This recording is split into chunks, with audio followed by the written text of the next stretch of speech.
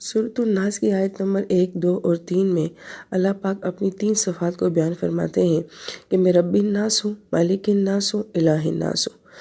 مفسرین فرماتے ہیں کہ یہ صرف اللہ رب العزت کے نام نہیں ہیں بلکہ انسانی زندگی کے 3 دور ہیں۔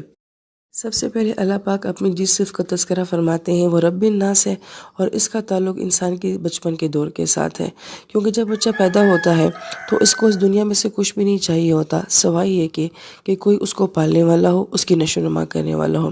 اور اس کا نظام اللہ پاک ایسے چلاتے ہیں کہ بچہ بعد میں آتا ہے لیکن اس کی محبت ماں باپ کے دل میں پہلے ڈال دی جاتی ہے، ورنہ ایک بچے کو سنبھالنا، پالنا، اس کو کھلانا، پلانا، دھلانا، وقت بے وقت اس کا رونا، رات بھر کا جاگنا، یہ سب کرنا آسان کام نہیں ہے، مگر ماں یہ ساری تکالیف کیوں اٹھا لیتی ہے؟ اس لیے کہ اس کے دل میں اس بچے کی محبت ہوتی ہے۔ وہی لڑکا جو کہ کل تک صرف اپنی ذات کو سوچتا ہے، اپنے گھومنے پھرنے کو سوچتا ہے، لیکن جب وہ باپ بن جاتا ہے تو اتنا ذمہ دار ہو جاتا ہے کہ اپنے شوق کو اپنی اولاد کی ضروریات کے اوپر قربان کر دیتا ہے۔ اب ہمیں بظاہر لگ رہا ہوتا ہے کہ یہ ساری قربانیاں ہمارے لیے ہمارے ماں باپ کر رہے ہیں، لیکن دراصل میں یہ سب کچھ اللہ پاک کی ذات کر رہی ہوتی ہے۔ پھر اللہ پاک فرماتے ہیں کہ میں ملک الناس ہوں، اور ملک جو ہے وہ بادشاہ کو کہا جاتا ہے۔ آیت مبارکہ میں لفظ الناس استعمال ہوا ہے، یہ اناس سے ہے۔ ناس ایک انسان کو کہا جاتا ہے، اناسی 3 سے زیادہ لوگوں کو کہا جاتا ہے، اور یہ لفظ اناس ہے یہ اس سے بھی بڑی جمع کے لیے آتا ہے۔ ناس لفظ جو ہے یہ ان سے بھی بنا ہے، جیسے ہم اردو زبان میں کہتے ہیں مانوس ہونا، انس کرنا، محبت کرنا، کیونکہ انسان ایک ایسی مخلوق ہے کہ جو مانوس ہو بھی جاتی ہے اور دوسرے کو اپنے کے ساتھ مانوس کر بھی لیتی ہے۔ لہٰذا انسان کے اندر یہ صلاحیت ہے کہ یہ متاثر کرتا بھی ہے اور متاثر ہوتا بھی ہے۔ اس کا متضاد لفظ جو ہے وہ وحشی استعمال کیا جاتا ہے، اور وحشی جو ہے وہ وحشت سے ہے، اور وہ وحشت تنہائی کو کہا جاتا ہے۔ اور جانور کو وحشی کیوں کہا جاتا ہے؟ کیونکہ وہ تنہا بھی زندگی گزار لیتا ہے، مگر انسان جو ہے وہ اکیلا زندگی نہیں گزار سکتا۔ پھر انسان لفظ جو ہے وہ نسیان سے بھی بنا ہے، اور نسیان جو ہے وہ بھول جانے کو کہتے ہیں، اور انسان کی فطرت کے اندر ہے کہ یہ بھول جاتا ہے، چاہے وہ اللہ کی بات ہو، اللہ پاک سے کیا ہوا عہد ہو، یا اپنی زندگی کی باتیں ہوں، انسان بھول جانے والا ہے۔ اور انسان کو انسان اس لیے بھی کہتے ہیں کہ یہ نظر آنے والی مخلوق ہے، اس لیے انسان کے لیے جو دوسرا لفظ قرآن پاک میں استعمال کیا جاتا ہے وہ بشر ہے، اور بشر جو ہے وہ سکن کو کہا جاتا ہے کہ یہ ایسی مخلوق ہے کہ جس کی سکن نظر آتی ہے، جبکہ باقی جانوروں کو دیکھا جائے تو ان کی سکن جو ہوتی ہے ان کے بالوں کے نیچے چھپی ہوئی ہوتی ہے۔ لہٰذا ناس ایک ایسی مخلوق ہے کہ جس کو دیکھا جا سکتا ہے۔ مفسرین یہ فرماتے ہیں کہ مالک الناس سے انسان کی زندگی کے دوسرے دور کو بیان کیا جا رہا ہے، جو کہ ابتدائی بچپن کے بعد کا دور آتا ہے۔ ہم یہ دیکھتے ہیں کہ اس دور میں انسان جو ہے وہ اپنی ملکیت کے بارے میں بہت زیادہ حساس ہو جاتا ہے، یعنی کہ بچہ یہ کہتا ہے کہ یہ میرا گھر ہے، یہ میرا بیگ ہے، یہ میرا کمرہ ہے، یہ میرا بستر ہے، یہ میرا کھانا ہے، یہ میری ماما ہے۔ یہ میرا میرا میرا لفظ جو ہے اس دور میں بہت زیادہ آتا ہے، کیونکہ انسان کے اندر یہ جذبہ ہے کہ وہ ملکیت چاہتا ہے، وہ ہر چیز کو اپنا بنانا چاہتا ہے۔ ہم یہ دیکھتے ہیں کہ ہمارے گھروں میں بچوں میں آپس میں بہت لڑائی ہوتی ہے کہ یہ چیز میری ہے، دوسرا کہتا ہے کہ یہ چیز میری ہے۔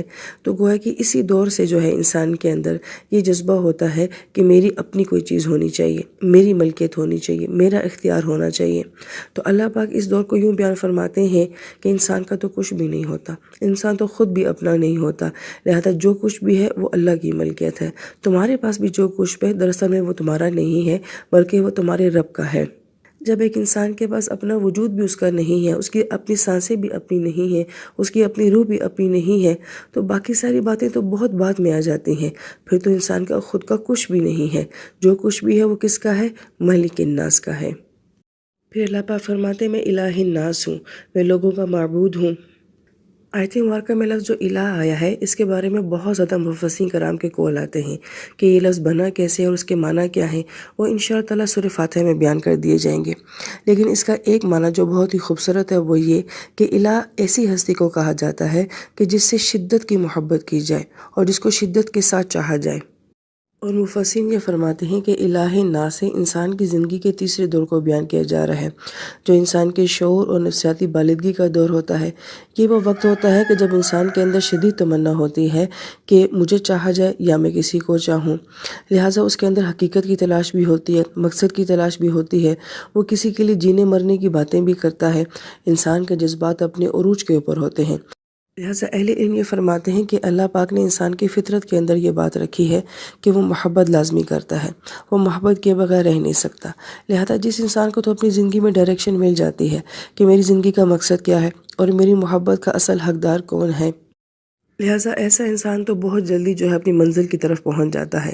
مگر جس انسان کو اپنی زندگی میں اس بات کی ڈائریکشن نہیں ملتی ہے تو وہ اپنی فطری جذبے کے مطابق کسی نہ کسی چیز سے محبت لازمی کرے گا۔ لہٰذا کوئی وطن کے ساتھ بہت زیادہ محبت کرتا ہے، اپنے نظریے کے ساتھ، مال کے ساتھ، اولاد کے ساتھ، اپنے فن کے ساتھ، شہرت کے ساتھ، علم کے ساتھ، عشق مجازی کے ساتھ، غرض کسی بھی چیز کو وہ اپنی اصل محبت سمجھ بیٹھتا ہے اور اپنی زندگی کا مقصد سمجھ بیٹھتا ہے، لیکن حقیقت میں وہ اس کا مقصد نہیں ہوتا، وہ زندگی کی اصل محبت نہیں ہوتی ہے۔ لہٰذا اللہ تعالیٰ الہ الناس سے انسان کو بتا رہے ہیں کہ تمہاری سچی محبت اور اصل محبت جو ہے وہ اللہ تعالیٰ کی ذات ہے۔ جب تک تم اللہ تعالیٰ کو نہیں چاہو گے تمہیں سکون نہیں ملے گا۔ تمہاری منزل، تلاش اور جستجو میری ہستی، میری ذات ہونی چاہیے۔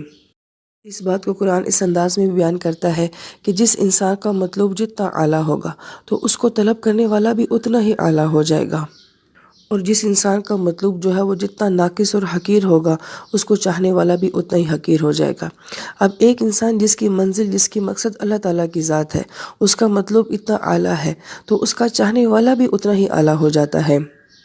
اور اللہ تعالیٰ کی ذات کے علاوہ انسان جس چیز کو بھی اپنا مطلوب بناتا ہے وہ بہت ناقص ہے، وہ بہت حقیر ہے، اور اس کی چاہت، اس کی طلب میں انسان خود بھی بہت ناقص اور بہت حقیر ہو جاتا ہے۔ لہٰذا اپنی زندگی میں اپنا مقصد، اپنی محبت کسی اعلیٰ ہستی کو بناؤ تاکہ اس کی چاہت میں تم بھی اعلیٰ کر دیے جاؤ۔ اسی بات کو نبی علیہ السلام نے یوں بیان فرمایا کہ اگر میں زندگی میں کسی کو اپنا دوست بناتا تو میں ابو بکر کو بناتا رضی اللہ تعالیٰ عنہ، لیکن میں نے زندگی میں کسی کو اپنا دوست بنایا ہی نہیں۔ کیوں؟ اس لیے کہ میرا رفیق اعلیٰ میرا رب ہے۔ اہل علم نے فرماتے ہیں کہ جو انسان اللہ تعالیٰ سے جتنی زیادہ محبت کرے گا مخلوق اس سے اتنی ہی زیادہ محبت کرے گی۔ جس انسان کے دل میں اللہ تعالیٰ کی ذات کا جتنا خوف ہوگا مخلوق اتنا ہی زیادہ اس کا اکرام کرے گی۔ ہم دیکھتے ہیں کہ دنیا میں جن لوگوں نے اللہ تعالیٰ کو جتنا زیادہ چاہا ہے اور محبت کا تعلق رکھا ہے مخلوق ان کے پیچھے اتنی ہی زیادہ فدا نظر آئی ہے۔ اس کی بہترین مثال ہمیں نبی پاک صلی اللہ علیہ وآلہ وسلم کی مبارک ہستی سے مل جاتی ہے کہ اللہ تعالیٰ کو جتنا نبی علیہ السلام نے چاہا ہے کسی اور مخلوق نے اتنا نہیں چاہا اور نہ ہی وہ چاہ سکتی ہے۔ تو نبی علیہ السلام کا مقام دیکھ لیں کہ نبی علیہ السلام اللہ پاک کے دیوانے ہیں اور مخلوق نبی علیہ السلام کی دیوانی ہے۔ لہٰذا خوش نصیب ہے وہ انسان کہ جس کی زندگی کا مقصد اور منزل اللہ تعالیٰ کی ذات ہے۔ اللہ تعالیٰ ہمیں بھی اس بات کی توفیق نصیب فرمائے کہ اللہ تعالیٰ کی ذات ہماری زندگی کا مقصد بن جائے۔ آمین یا رب العالمین۔